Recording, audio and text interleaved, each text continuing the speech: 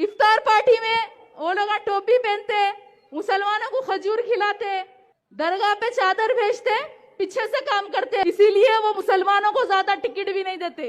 BJP मार रही बोल के मारती और कांग्रेस के लोग चॉकलेट दे के पीछे से मारते। नमस्कार दोस्तों, आप सबका स्वागत है फिर से मेरे इस चैनल विकास की बातों में। आज मैं आप सबके लिए बहुत ही बेहतरीन वीडियो लेकर आया हूँ। कश्मीर के एक निर्दलीय सांसद हैं जिन्होंने वक्फ बोर्ड पर कुछ अपना भाषण दिया और उस भाषण ने पूरी संसद के अंदर सन्नाटा ला दिया। कारण क्या रहा और क्या कहा उन्होंने, ये आप खुद देखिएगा इस वीडियो के अंदर। पर हाँ, जो भी कहा बहुत बेहतरीन कहा।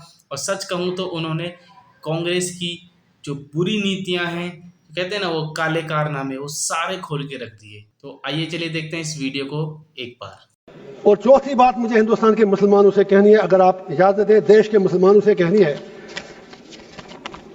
Congress with due respect, BJP से हमें दुनिया को पता है कि बीजेपी खुलकर मुसलमानों को अपनी औकात याद दिलाती है। यह सच्चाई है, इसमें कोई दो राय है नहीं। लेकिन जहां तक कांग्रेस का ताल्लुक है, ये सेक्युलरिज्म के मीठे रस में खंजर डालकर मुसलमानों के पीठ के पीछे डूबते हैं। यह भी सच्चाई है। नहीं, आप ताली मत बजाएं मेरे लिए प्लीज। आप मुझे लेबल लगेगा, अभी तो आप नाराज हो जाएंगे, कुछ और कहूंगा। Please wait for a minute. तो मेरी सर ये गुजारिश है, 3 बातें मैं याद दिला दूंगा। अक्सर औकात बाबरी मस्जिद का जिक्र होता है, राम मंदिर का जिक्र होता है। I am not on merits, I just want to remind Congress and BJP something, specially Congress, क्योंकि मुसलमानों का ज्यादा ठेका तो इन्होंने ही लिया है। बाबरी मस्जिद का ताला तो राजीव गांधी जी ने खोला, आप इनकार ही नहीं कर सकते। बाकी इमारत इस पे उन लोगों ने बनाई।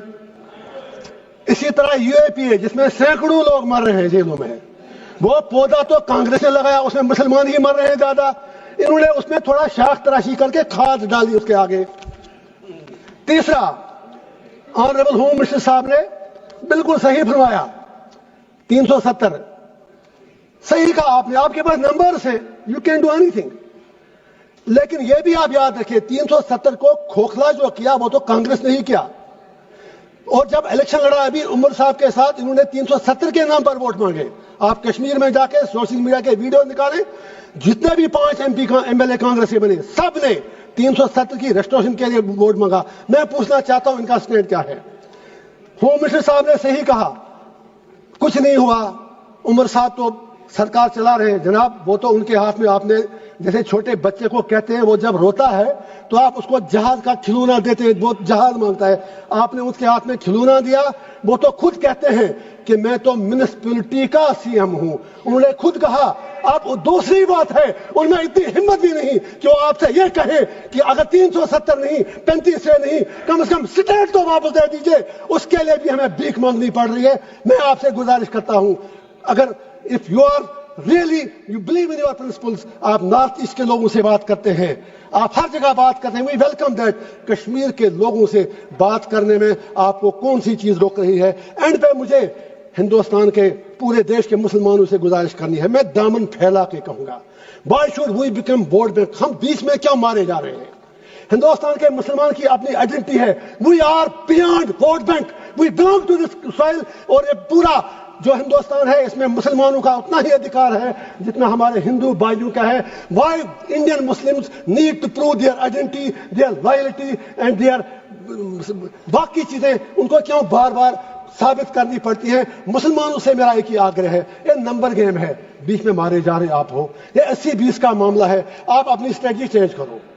आप मेहरबानी करके अपना फोकस, जो यहां पर विद्वान बाकी लोग भी बैठे हैं, मुस्लिम कम्युनिटी से बाहर मेरी अपील है कि आप मेहरबानी करके इस नंबर गेम में मत पड़ो।